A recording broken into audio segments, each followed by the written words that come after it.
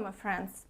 Let's start with the fact that many experts have been saying that the Russians lack the strength for offensive actions in the Sumy or Kharkiv regions.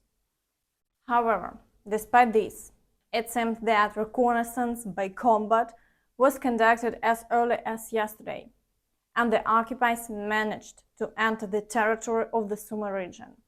So they attempted to advance through the forest towards the settlement of Stara Huta in the Sumy region. Their attack was repelled, but the fact that they have the capability to encroach on Ukrainian territory is concerning. So their objective clearly was to test our defense in order to plan a possible major offensive to create a buffer zone, as the Russians claim. Moreover, as before, shelling of all frontline settlements in the Chernihiv, Sumy and Kharkiv regions continues. And what are your thoughts on this? Do you think they'll dare to take such a step? Please share your opinions in the comments.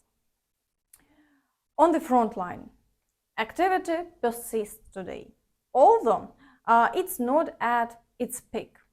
Finally, foreign analysts have taken a real look at the situation with the aviation bomb fabs and realized that without aviation, the Ukrainian Armed Forces won't be able to defend themselves, and fabs could indeed change the course of the war.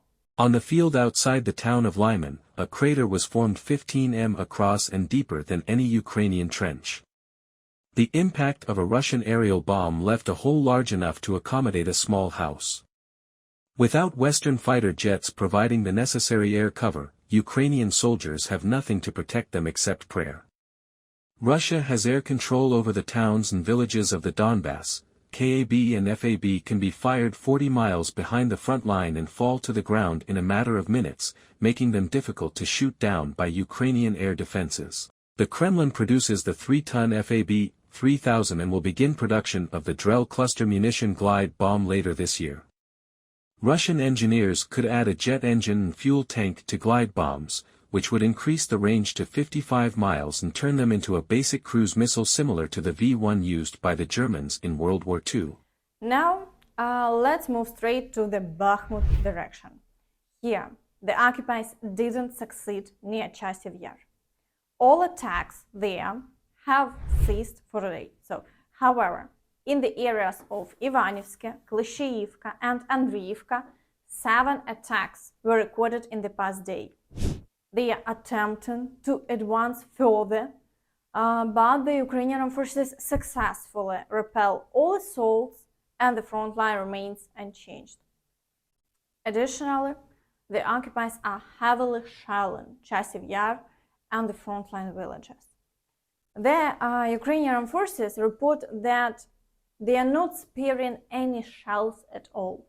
So, if there is a strong artillery preparation and air bomb dropping, they are likely targeting Chasiv Yar for a potential assault in the near future while preparing new reserves.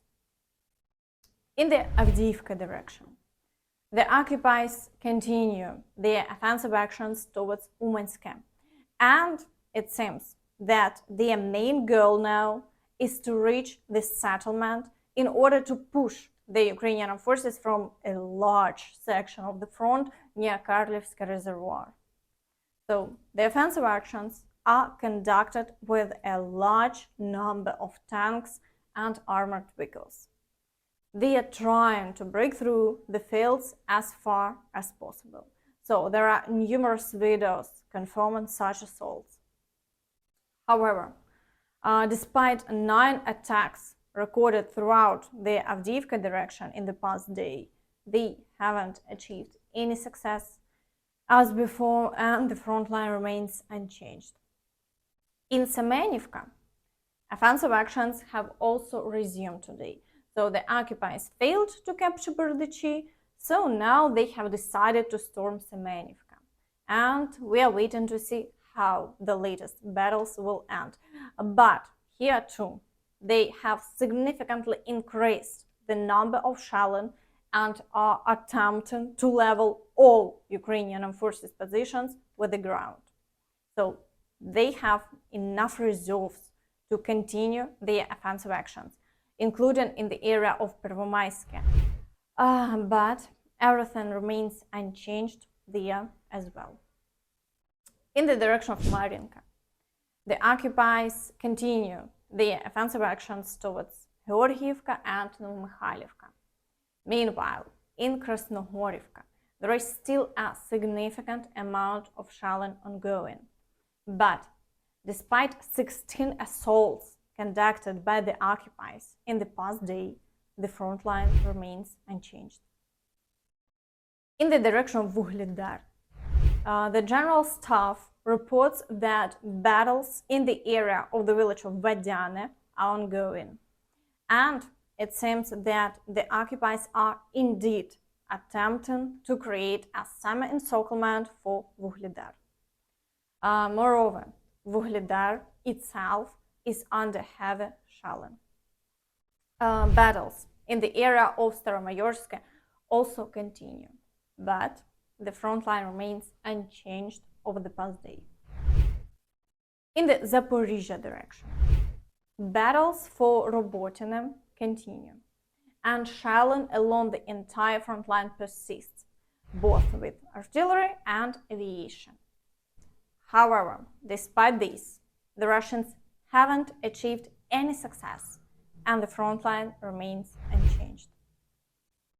In the direction of Kherson, battles for the village of Krynki are ongoing, with the Ukrainian Armed Forces holding their ground and maintaining control of the foothold as before, and the occupiers continue to strike all frontline settlements on the right bank. In the Syrsk direction, battles are raging in the area of Bilohorivka, with shelling along the entire front line. However, just like yesterday, the occupiers have failed to advance even a meter, and the Ukrainian Armed Forces continue to successfully dismantle all advancing enemy formations. In the direction of Crimea, the Russians persist in their attempts to capture Terni. Despite exerting considerable pressure and actively using FPV drones, they have still not managed to dislodge the Ukrainian Armed Forces from a small section of the front and have only advanced 2.5 kilometers. So this indicates that the Russian army, as of today, cannot break through the defense of the Ukrainian Armed Forces, even considering their advantages in ammunition and manpower. In the direction of Svatove, it's relatively quiet, but near Kupiansk, shelling has resumed along the entire front line. However, as before, there are no offensive actions reported. Meanwhile, the Russians have once again officially accused Ukraine of the tragedy in Crocus. The bloody terrorist act committed on March 22 in Krasnogorsk, which shocked the whole world, is far from the first terrorist attack against our country in recent times. The investigative actions carried out by the Russian competent authorities indicate that the traces of all these crimes lead to Ukraine. In this regard, the Russian Foreign Ministry has conveyed to the Ukrainian authorities the requirements under the International Convention for the Suppression of Terrorist Bombings. Among these demands is the arrest of the head of the Security Service of Ukraine, Viktor Malyuk, who cynically admitted that Ukraine had organized the bombing of the Crimean Bridge in October 2022 on March 25 and revealed details of the organization of other terrorist attacks in the Russian Federation. But today there is also good news. Assistance to Ukraine will be considered as soon as April 9th. Speaker of the U.S. House of Representatives Mike Johnson said he would put to a vote a bill to help Ukraine immediately after the holidays, which end on April 9th, The Hill reports. But, according to him, this bill will contain important innovations. Among them, it does not include options for providing Kyiv with assistance on credit or also in the form of income from frozen Russian assets. Meanwhile, Russians are beginning to complain that when attempting to enter Crimea, they are literally forced to undergo filtration processes. Ребята, всех приветствую. Хотел, записать видео по поводу поездки в Крым. Сегодня приехал в Крым, в Ялту. Ровно в 11:00 уже все, обшмонали машину полностью, запаску доставали, коврики, все вещи. Это просто пиздец. Ну то ладно, я понимаю. Прошли паспортный контроль, и ровно в 11:00 нас завели в клетку, для, я не знаю, фильтрации, или каким словом назвать. Чтобы вы понимали, людей там было, человек, наверное, 40. Тупо клетка, как для собак. Причем нахрен закрывают, я тут говорю, люди, конечно, в парашюках ходить. Ну, пиздец, как собак загнали в стадо, стоило, и стойте, ждите. Так что вы думаете, ровно, получается, в 11 часов нас загнали туда. Сидим час, сидим 2, сидим 3, а все-таки там сквозняк продувает, пиздец, да еще и не май месяц, прохладно. Жопа уже не выдерживает, просто охреневшие все люди нервничают, матюкаются, рут, ну, пиздец. Больше 7 часов мы, сука, там провели. Почему? Потому что, задают, фильтрацию, задают вопросы, кто в первый раз въезжает, нужно пройти фильтрацию. То есть задают вопросы, связанные со всей этой обстановкой, которая сейчас творится, и шмонают телефон, там сканируют, проверяют на наличие всякой вот этой информации ненужной и нехорошей. Это хорошо сейчас, еще там 10-15 градусов, а если, морозяка, зима, а если, это самое, лето, жара, 2 обогревателя, которые нихуя не работают. То же самое, что на улице, только сквозняка нету. В общем, все люди злые, охреневшие, 5 минут разговор шел, 5 минут шмонали телефон. Почему нельзя организовать нормальную работу, тоже. And that's all from me.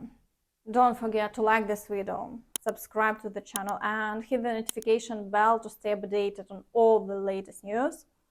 Thank you for watching and see you next time. Bye bye.